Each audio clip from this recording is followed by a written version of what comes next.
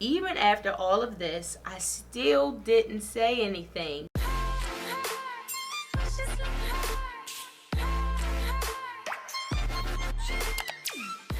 Hey guys, it's Traeh, and today's video is another natural hair horror story, you guys' favorite here on my channel.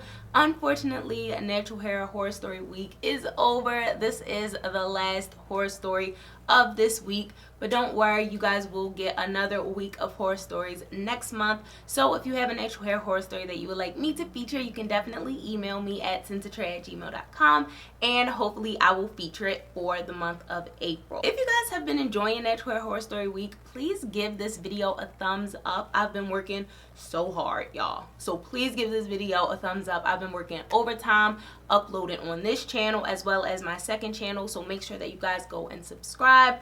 But I'm not gonna ramble too much because this one is long, y'all, and I gotta go. So we gotta jump into it. I can't ramble today, so make sure that you guys go and grab your snacks. I know I didn't tell you guys in the last video, but go grab your snacks, your meals, your drink. Yeah, just grab whatever you need and get comfortable, and let's jump into it. All right, y'all, so the email says, "Hi Traeh, I'm a new subscriber and lately I've been binge watching all of your natural hair horror stories. I love them so much, I figured I would tell my own story on how my curls went from gorgeous, healthy, springy curls to straight, wavy, damaged hair. By the way, this might be really long, so I'm sorry in advance, girl. The longer the better, so thank you so much for emailing me." So before I get to what really ruined my hair for good, let me give you a little background knowledge of my hair journey. I am 18 years old and I started to dye my hair since I was in the 7th grade. Okay. I always had strong and healthy hair, so I figured me dyeing it wouldn't affect my hair as much. I started off with dyeing my hair with Kool-Aid because that was the thing to do back then, I guess, and it gave me a red tint in my hair, which to me wasn't enough. Silly, I know. I then begged and begged my mom to let me actually dye my hair, and she finally decided to let me go. That weekend, I was supposed to visit my grandma, and I usually get my hair done by the salon near her, so she booked an appointment for me. I decided I wanted to bleach my hair underneath so that I didn't have to commit to dyeing my whole head and then me not liking it in the end. I trusted this salon, so I wasn't worried about my hair being ruined. After the lady was done doing my hair, it came out just how I wanted it, and I was in love. But as usual, a couple of months later, I got really bored of it because it started to become brittle and dry looking, and I decided it was time for a new color change. I took it upon myself to dye my hair with box dye from CVS. This time I went to jet black, and of course I loved my new hair color. Now you're probably thinking, how isn't my hair at this point damaged altogether? But after dyeing it and putting loads of conditioner, my hair bounced back to normal. Fast forward to 8th grade, I started to discover extensions. I love the idea on how you can switch it up. One day I can have my hair curly, then one day have extensions and have my hair long. Now, being that I was in the 8th grade, I really didn't know anything about extensions. So I went to Sally's Beauty Supply and I knew I wanted really long hair, and at that time I was pretty short, so 18 inches would have been long enough for me. But I chose to buy the 20 inches. Now, if you don't know, Sally's doesn't sell clip-ins that are longer than 18 inches. So I bought actual weave and clips myself to sew onto the weave. Horrible idea. I really looked like a hot mess and it didn't blend at all. So I started to look into how to put in clip-ins and how to blend, and I ended up getting more extensions, except this time I got the 18 inches. Towards the end of 8th grade, I started to get the hang of it, and I actually started to look good because my weave was actually blended and looked natural. Here's where everything started to go downhill. From 9th to 12th grade, I started to do sew-ins because I was tired of straightening my hair to blend in with the clip-ins. I did more research, found good hair websites. I also figured it might be a good alternative to keep my hair healthy by wearing sew-ins. Mind you, my hair is still healthy and my curls are still intact. In between getting weaves, I would take a break, dye my hair, leave my curls out, etc. And still my hair never got severely damaged. It wasn't until I decided to dye my hair red that my hair totally gave up on me. I always wanted red hair, and even with the box dye, it would always give me a red tint, never really that bright cherry red that I've always wanted. So once again, I booked an appointment at a new salon that I trusted, being that I knew the girl who was doing my hair. She said to me she had to strip my hair from all the box dye I used to give me the color I want. I was okay with that because I wanted to do whatever it takes to get my hair red. Whatever it takes. It came out beautiful. I loved it, and it wasn't until I started washing my hair I noticed a huge problem. Anyone knows when you dye your hair red, it washes out so fast. So I had to keep dyeing my hair red, and now this is my fault because I should have went back each time to get a touch-up.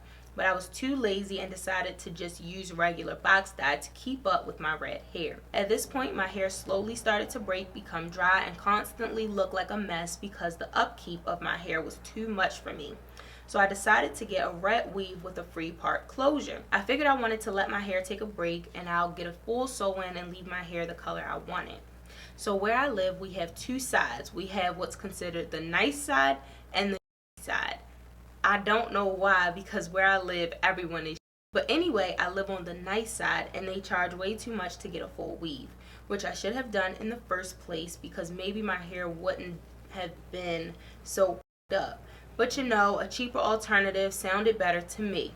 So I went to the side because it had cheaper prices. However, the place I picked had great reviews, and when I went, she was very nice. Now keep in mind, I told her what I did to my hair previously and she realized it too, which made me think she was aware of the state my hair was in and would do a good job and take care of it. I was wrong.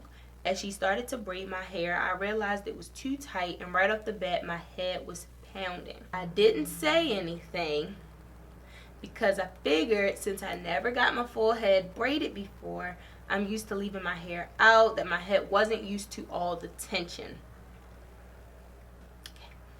She proceeded to sew in my hair, which made it even worse. Now, I've watched several videos on how stylists customize the part and blend the lace in with the scalp. And I saw a lot of pictures on her Instagram of customers' hair that came out nice. So I wasn't understanding why, number one, she cut the lace before measuring my head, which made my hair go too far back, making my head look big. Number two, didn't make the part wide enough, didn't include any baby hairs. Number three, she put glue in 3 separate tiny spots on my hairline to keep the lace down, and then applied concealer on top of the glue, which made it look like the gunk you get from eyelash glue. Even after all of this, I still didn't say anything, and right away when my family saw me, they automatically knew it didn't look right. I tried to say no, no, no, and tried to like it, but I knew it wasn't right. The next day comes and I'm realizing my headache isn't going away and my scalp is so itchy, it's crazy. The weave she put in my hair was dry and matted very quick. Hair to me is my pride and joy, and I hated the fact it wasn't going the way I wanted it to go, because when my hair isn't good, I'm not good. A couple of weeks go by and my scalp is getting worse and worse. I didn't want to tell my mom or anyone because my mom would freak out. So I left it alone and decided to tell myself to not think about it. At the end of the month, I started to realize bumps filled with pus forming around my scalp, and I flipped out. I felt gross. I was upset because I've never had that issue before with sew-ins. My tracks were already becoming loose, my closure was gross and tacky, and I finally decided to take it out. That day was the worst day for me. All of my hair was even more damaged than before. My hair was breaking off, coming out. I was left with bald spots, and some parts of my hair till this day won't become curly again. I'm now trying to deep condition my hair regularly, not dye it or apply any heat to it, and I no longer wear sew-ins or clip-ins. For now, I wear lace wigs when I want to do my hair in a different style or color.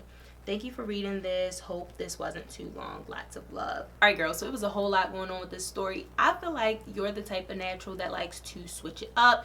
You get bored if your hair stays the same, so you like to change the color. You like to experiment with different styles to change the length. So you're that type of natural. That's what I'm getting. You're that type of natural that likes to experiment. So you played around a lot with color and your hair did not get damaged from that. But again, you wanted to switch it up, so you did experiment with extensions. You tried the clip-ins. It was a fail for you, so you decided to go to this salon. So you said where you live, there's a nice side and there's a side. And I feel like that's the case everywhere. Just because you're paying more at this location doesn't mean you're going to get quality results, better service, you know, a better end result. And just because you're paying less, it doesn't always mean you're going to get the end of the stick. So anyways, you did decide to go to the salon. So you wanted to get a weave with a closure. Now, I don't know a lot about closures, so I can't really speak on, you know, how to correctly apply them and things like that. I'm not sure, but if you guys know, you can leave some suggestions and tips down in the comments, but I'm not too skilled with that.